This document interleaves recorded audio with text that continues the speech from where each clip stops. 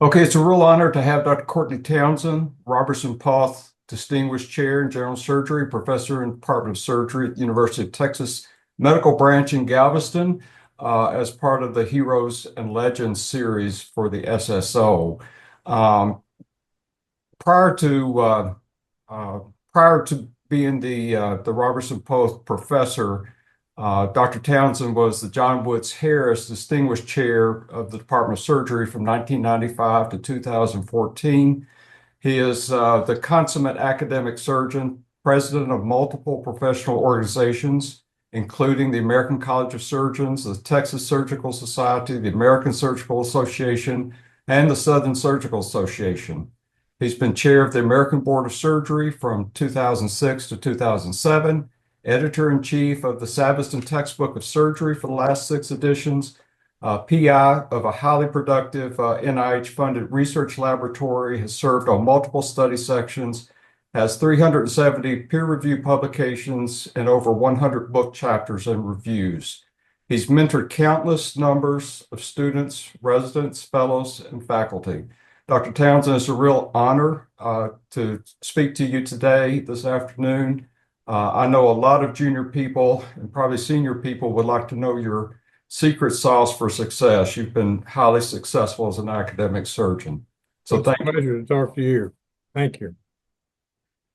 So maybe we'll just start off, if you wouldn't mind, just tell us a little bit about yourself, particularly your family, your upbringing, personal backgrounds, or early influences for your Okay. future career as a surgeon. I was born in Lubbock, Texas during the war. My father was stationed at Reese Air Force Base. After the war, our family moved from Lubbock to Paris, Texas, where my two younger brothers were born, and that's where I grew up. It's a town about 25,100 miles northeast of Dallas. My father was a country doctor surgeon. And when I was 5 years old, I decided I wasn't going to be a cowboy or a fireman, so I would be a surgeon. I got a teddy bear. I got some old instruments from him. I would operate on the teddy bear, hide things in it from keep them from my brother, sew it up, etc. And that's what I did. Went to the University of Texas in Austin, where he had gone. My cousin and uncle had gone there as well, and then came to UTMB Medical School in 1965. While I was in school, at the end of my sophomore year, we usually had 10 weeks elective, and usually students would go do uh, externship somewhere, learn how to start IVs and pass nasogastric tube, put in Foley's, etc. And so I went to see Dr. Blocker. Dr. Truman Blocker was a former chair of the Department of Surgery here at UTMB and the first president. And so I asked him where I should go, where would be a good place to do. He said, "You don't need to do that. So you're going to do that the rest of your life. You need to go work in this lab. They're getting ready to do a kidney transplant here. There's got an immunology lab. You need to go work in that lab and learn about that." Oh, okay, fine. I had no idea. I didn't like labs in college. I just took the minimum amount of time, but I got really hooked on it because it was associated with the starting of a transplant program here. Jay Fish was the founding surgeon. They were using a unique method of immunosuppression called lymphocyte depletion by thoracic duct drainage. And the model was, the laboratory model was calves because they were large enough to keep the lymph flow going. But I was working in the immunology lab, and I had to go watch what they're doing in the operation. I watched the second through the fourth kidney transplants and really sort of got hooked on it. That was at the time that Dr. Starzl and Dr. Kahn, C-A-L-N-E, and at Cambridge were really leading the transplantation. We're looking for specific immunosuppression. So I got really excited about that, and I knew that we could put a couple of electives together in the senior year. And so I went to Dr. Blocker and asked him, could he arrange for me to go to the University of Colorado? I'd want to work with Dr. Starzl and learn about making ALG and other parts of immunology for transplant. So it did. I got married on the 15th of June, 1968. And 5 days later, we arrived in Denver, where I spent the next 4 months working with Dr. Starzl in the lab and so forth, making ALG. And came back here. I learned how to do splenectomy on recently dead people to get their spleen to make ALG, and working in the lab, we made ALG. One of our technicians had a horse, and so we took the spleen. We didn't have the right kind of filter, but there was a particular kind of woman's nylon stocking that had exactly the right mesh size, and so we stuffed that in a column and purified the lymphocytes from the spleen, shot it up into her horse, and some weeks later then would bleed the horse to test the potency of it and so on and so forth. We made our own ALG. And so we were off to the races here. As I was finishing my my medical school, I looked around at several places and decided that I would stay here to do my residency. In 1970, Jim Thompson came to be the chairman of the Department of Surgery. I worked with him some. He was a faculty and so forth, but I didn't work in his research lab at all. But I got really more interested in, at the same time, immunology was going off on a rise. Cancer immunology. Don Morton at the NIH with Alpha Ketchum had begun a really exciting stuff working with BCG, had gone to UCLA and started a division of surgical oncology there. He took a couple of his people who had worked closely with him, Mac Holmes and Fred Alber and a couple others, joined him. And so I decided there'd be a lot more cancer operations to be done than there would be transplants. And so I'd like to do immunology as associated with cancer. So I went to UCLA after I finished my residency and did a fellowship there. And from there, I went to the Navy. I was a Berry planner and had a wonderful time at the National Naval Medical Center in Bethesda. Was there for 2 years. And then was looking around for academic jobs, and seemed like the best place to start would be here. Jim Thompson offered me a nice opportunity to come back to start a lab and so on and so forth. And so we moved back to Galveston. When we left in 1974, we never had any idea we'd be back. But anyway, so we came back here. We thought we'd be here for a few years, and then I couldn't find another job anywhere else. That's fascinating. Well, Dr. Townsend, I've known you for many years, and I didn't remember that 4 to 5 month stint in Denver. So that's great. I mean, the whole your interest in the anti-lymphocyte globulin is just fascinating because several of your early studies were on that. So it's just a fascinating history. Now, in the armed force, in the Navy, right? Yes, huh? Navy. You were more of a general surgeon. I mean, total clinician. I ran the surgical oncology clinic and was the co-director of the combined intensive care unit. We'd had significant experience during our residency and taking care of sick people and learned how to do the ventilators. Swan-Ganz catheters were just coming along. The first one we put in was long arm, cut down on that cubital faucet, and so that's what I did for 2 years. We didn't really have any research opportunity when I was in the Navy. Right. And then from the Navy to UTMB for faculty. And was your practice at that time, was it particularly focused on surgical oncology, or did that evolve in large part? I took regular general surgery call like everybody else, but the patients that were referred to me were largely cancer patients. Okay. And could you talk a little bit about your research interests? Because obviously you ran a highly productive laboratory focused on GI hormone receptors in GI cancers, and sort of talk to us a little bit about how that evolved from anti-lymphocyte globulin to that research. Well, I got down here and I had a lab, got some equipment, hired a technician, found a PhD who wanted to work. So we began a team effort there and trying to do some things with tumor immunology. And so we knew that we needed to have some tumor models. So we went down to Walmart and bought a bunch of racks and some plastic boxes, and we founded a nude mouse colony over in the surgical research laboratory and some rooms that we were able to uh, isolate from everything else. And we must have had that laboratory for about 20 years and never had a tragedy in terms of infection in the colony. It was always highly successful. But that was in order to get human tumors to grow. And we also used animal models of uh, mouse colon cancers and hamster pancreatic carcinogen-induced pancreatic cancers. And when I was at UCLA, we used the hamster cheek pouch in order to do tumor transplantation and put immunocytes in with them and see what had happened and so forth. So we began doing that, but I really didn't have much opportunity to talk to anybody around here who was involved in tumor immunology. Dr. Thompson had a very successful laboratory working in GI hormone physiology.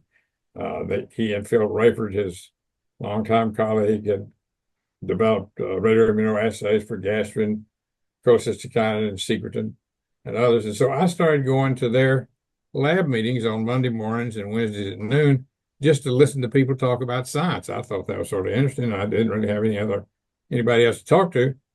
And so started listening about that and so on and so forth. Some of our tumor models were going along with trying to figure out something to do. And I got interested they were obviously involved in GI hormones in terms of physiology, synthesis, storage, and secretion, effects on target organs, primarily physiologic. And there were some early papers about GI hormones having trophic effects on the normal pancreas and gut. And I thought, gee, well, that's sort of interesting. So we began to see whether it would have any effects on certain cancers as well. It did on some.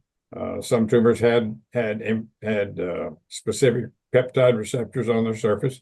And so we began looking at the effects of hormones regulating tumors of the pancreas, colon, stomach, much like gastric, breast and prostate cancer with steroid hormones. Right. And affected then a collaboration with two other basic scientists. Sam Baranko was a basic cellular biologist who was interested in chemo sensitivity and resistance to chemotherapeutic agents. And so we began to study chemotherapy in tissue culture. And luckily, because we operated on people with cancers, we were able to get tissue. And so we established two human gastric adenocarcinoma cell lines, and his techniques, we were able to get clones from the mother ship, so to speak. And we'd have clones with varying expression or no expression at all of receptors, so forth. And Dr. Thompson, of course, was always interested in the Zonger-Ellison syndrome, endocrine tumors of the pancreas. And he operated upon a patient who had a carcinoid of the pancreas. We established that as a xenograft in nude mice.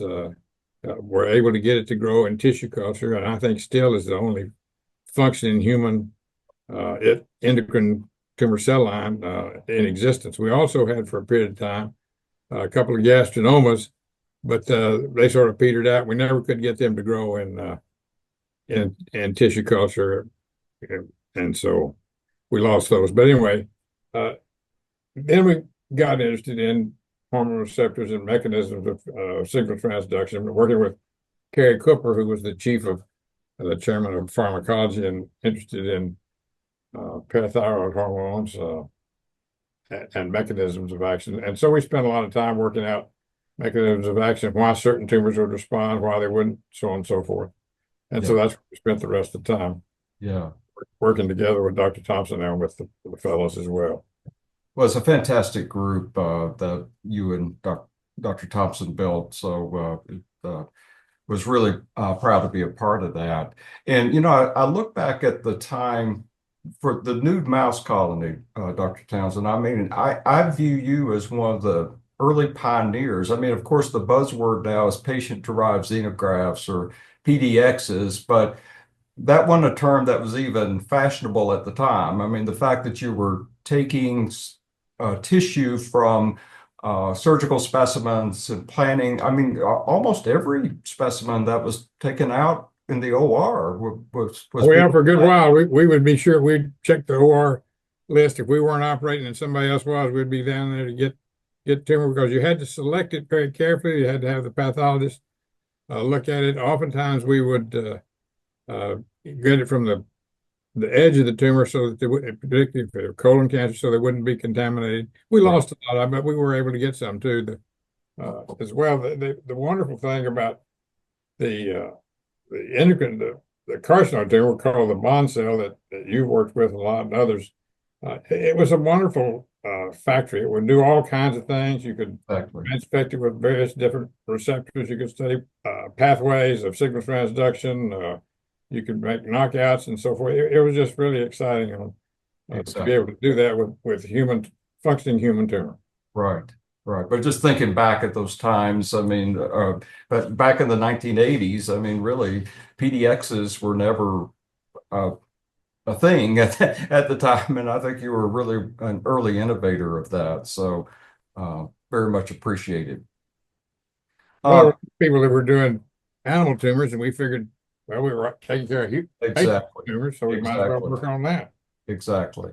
Well, that's a great reason for being a surgeon investigator, I think, because you do have access to Absolutely. those issues.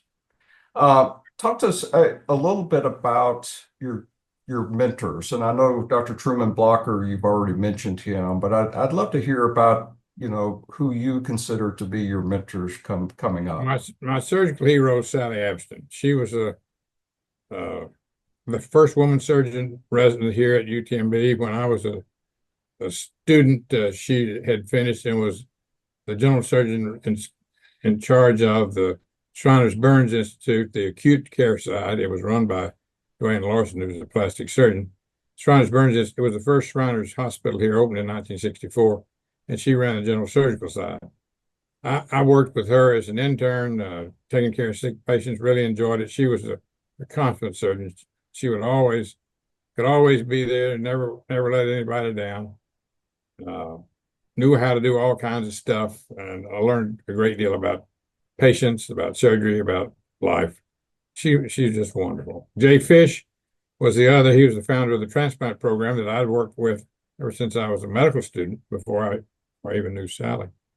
Uh, and I learned a lot from him. They both were my teachers, and then became colleagues when I came back here, and we maintained a relationship until they both retired. Sally's dead now. Jay's still alive. Dr. Thompson, as I said, came to run the department in 1970, the spring of my intern year, and I worked with him as a resident, and he was a faculty. That was about it. Actually, one night when I was chief resident, we had a man who had massive upper gastrointestinal hemorrhage in the emergency room, and he was on call. Kept calling him, and phone was busy. Couldn't ever get him to answer the phone, so I called the police and sent him out to his house and told him to bring him to the emergency room because we had things we needed to do. We were about halfway through with doing a total gastrectomy when he showed up, but man had diffuse erosive gastritis, and so when I left, I maintained contact with him when I went to UCLA. He had been at Harvard General at UCLA, knew some people there, and was very helpful in introducing me to people when I was there. He came and visited us several times, and then he recruited me to come back here. And as I said earlier, that's when we began our investigative career and intimate working relationship over two decades. He was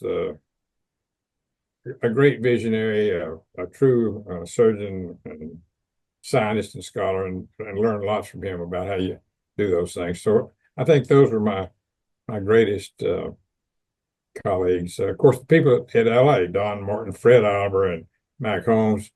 Right. That's where I got started, really interested in the tumor part. And Fred and I and Mac as well have maintained relationships for a long time. Don now has died. He had a Yeah. lymphoma. Yeah. But it was a wonderful experience to be able to go there. Dr. Longmire was still around Ah, at the yeah. end Yeah. of his career, and so it was an exciting place. I was very fortunate. And it sounds like Dr. Blocker, who was larger than life, as I understand. I mean, I didn't get the honor of meeting him. He played a significant role in your Well, career yes, he did. early part. He was a founder of plastic surgery here, and he was larger than life. He was about 6'4", weighed about 250 pounds or more. He was a early plastic surgeon, uh, and for years ran a surgical study section for surgical manpower. And so he knew everybody, and they knew him, and he was very influential and was able to help a lot of young people. Yeah. Now, was he chair at the time you were a student, or No, was he no, no. already president In of the? 1964, I came to school in 65. In 1964, he left the chair and became the first president of UTMB, and he was Okay. for 10 Okay. years. Okay. Fantastic. Fantastic. So all those are great stories, Dr. Townsend. Thank you for sharing that. What about, and I know you've accomplished so many things from an academic career standpoint, but talk to us a little bit about your interest outside of work, hobbies, etc. I always liked to read, uh, but mostly I just worked. Our Yeah. free time was nights, weekends, and holidays.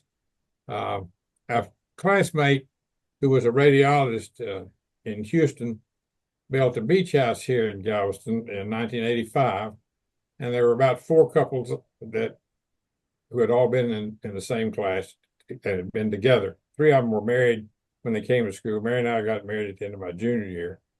And so we would get together every 4th of July at their beach house. And two of the fellows started were playing golf. I had never played golf. And so I watched them fiddle around. But most of I went to the beach and carried on, whatever.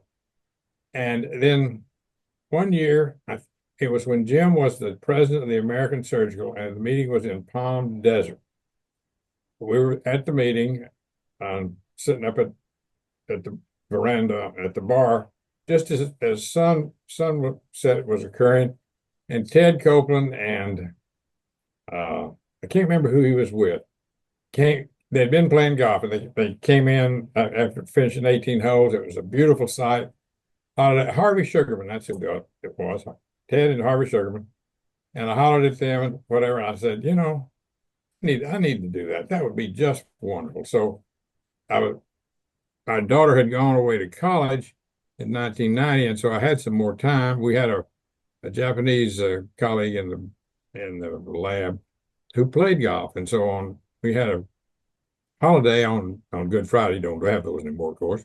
So I told him, I want you to go with me. We're going to go up to the sporting goods store there in Houston and get some golf stuff. And so we went up there and got clubs and bag and shoes and all the stuff. And I want to learn to play golf. So I came home and called the municipal course. It didn't belong to the country club or anything. So I called the municipal course and said, "Do you give golf lessons?" They said, "Yeah." I said, "Well, I'd like one today." So I went out there and got blisters all over my hands. After about 30, 40 minutes, I said, "Well, I'll be back tomorrow." So took lessons about 4 or 5 days in a row from him. It was apparent that he wasn't really particularly interested in the old guy whacking around. Not so I didn't do that anymore. But there was a driving range. So I went to that regularly. And then that summer started playing golf with my friends around the 4th of July. And that's what I do now. We lived on the water, and I had a sunfish sailboat because Right. I could put it in the water and pull it out on the dock and keep it right there. Yeah, I never wanted a motorboat. That was just more something to take care of than I wanted to do. Right. But after a year after I started playing golf, I figured I wasn't ever going to sail it again, and so got rid of it, and that's what I do now. Is I enjoy playing golf. Fantastic. Well, I was going to ask you about the golf because that became sort of a later in life um, thing Yes, for, it did. and became a real avid passion for you. So Right. you're I'd still play playing. Monday if I could. Yeah. The Galveston, occasionally it's too cold or raining too hard to play, but it's never, we never have a close the club because it's cold. Right. After, everybody plays golf, you watch them, they all have this glove on their non-dominant hand. And So I got some gloves and I wear one just like everybody else. And after about 6 months, toward the end of the summer that first year, I was at the scrub sink and I said, my God, my left hand was white and my right hand was not. And I said, this is not going to go well because people know what I've been doing. So I've never worn a glove since. It worked just fine. You don't have to worry about it. That's great. And some of the great memories of our surgical associations, the Halstead Society. John Cameron and I would play golf. The Southern every year. He and Exactly. Ted and Lou Britt, and we had a wonderful time. Lots of fun. Yeah. No, that's fantastic. So, what do you think have been the keys to your success? And particularly, what advice do you have for aspiring leaders of SSO or other surgical organizations? Or Well, I work hard, have a plan, and surround yourself with people smarter than you. That's the best thing. Mhm. You can learn a lot from the people around you, Dan Beecham, Yeah. Day Chung, Tenko, many others that we've been around for a long time. We learn a lot more from them. And then shortly after I took the job as the chair, John and I were playing at Halstead, and he said, "Well, you got a new job, so I'm going to give you 3 pointers about how to be a success as a chairman. First of all, remember everybody's got a boss. Second, don't lose money. Third, develop young people." And those things have stayed with me forever. As I've observed people coming and going, I've added sort of a codicil to that, or a fourth point, and it wasn't strangers who killed Caesar. That if you don't tend to business at home, they don't really care if you know everything there is to know about something. You go all over the world talking about it. Your job is to take care of what's at home. Right. And so I think that's the important thing. You just have to have a plan and then work at it. You know, as I've always said, 85% of success is showing up, and most people don't show up. So you get a Right. leg up on them doing that, Well, and that's being involved. And right. if you are engaged in any activity in any organization, and you say you want to do something, then do it. Always do your homework. If show up to everything. If you're not early, you're late, uh, and just get along. I see. Great advice. Great advice. So you have so many things to be proud of, but if you had to pick, what would you say you're most proud of? And if you could describe what your legacy is or will be.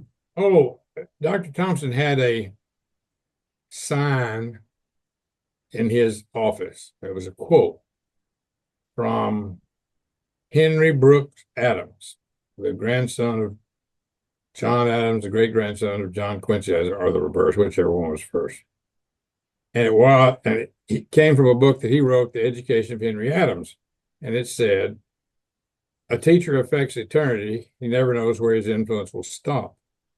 And I think that's what I would hope is that, I mean, I've been very fortunate in having a lot of junior colleagues who have become senior colleagues. And that's what I'm most proud of. I was the people who I was around who taught me how to do things, who have gone on to achieve their own levels of success greater than mine. And it's just wonderful to see that going on. So, and I'm sure that will continue in an exponential fashion. So that's what I'm proud of. Well, that's wonderful, Dr. Townsend. And again, congratulations on everything that you've done and accomplished. I mean, truly, you are the consummate academic surgeon and a role model for all of us to go after. So, Well, and I'm this is sorry. just an example of what I've been talking about, having somebody smart uh, around you for a long time who's done their own. I'm very proud of your career and how you developed and have become a major leader in American surgery at all levels of scholarship, of clinical surgery, etc. Well, I'm proud of uh, my interaction with you and your mentorship over the years. Yours, Dr. Polk, I've had a number people have guided me. It's anyway. So thank you for that. I really appreciate it. Any closing remarks that you might have that we haven't covered? We covered a lot of ground here. I've Well, learned some new things. Yeah. this is about the Society of Surgical Oncology, and that's a very important thing. Yes. Surgeons are about the only people left who still say "my patient," Yes. and Yes. this society has always been for that, for the patient, doing the best they can for the patient. Sometimes big operations turned out not to be best, but surgeons were the ones who evaluated that. They made the decision. They've realized that maybe less is not worse, but it may be more, and they continue to lead. The other thing I think for young people coming up, and all of us to remember is surgeons have never had anything taken away from them. They've given it up. If they don't do it anymore, nobody got there and went head to head with them and said, I'm going to take that away. They just gave it up. And so it's stay after it, because surgeons are the only ones who will get up in the middle of the night when everybody else has said, we can't do it. We can't get it here. Somebody's got to go hold their hand and do it. And that's what surgeons do. And when they call you, as I said, they don't care if you understand about promoter regions of certain genes. They want you to take care of mama. And that's the important thing. And that's the fun part about it. That's the best part, because we can do all that plus some. Exactly. Well, this has been so much fun for me. A real honor to talk Me to too. you. Thank you. Thank you, Dr. Townsend. It's good seeing you again. It's my pleasure. Great to see you. All the Yeah. best. Thank you. Bye.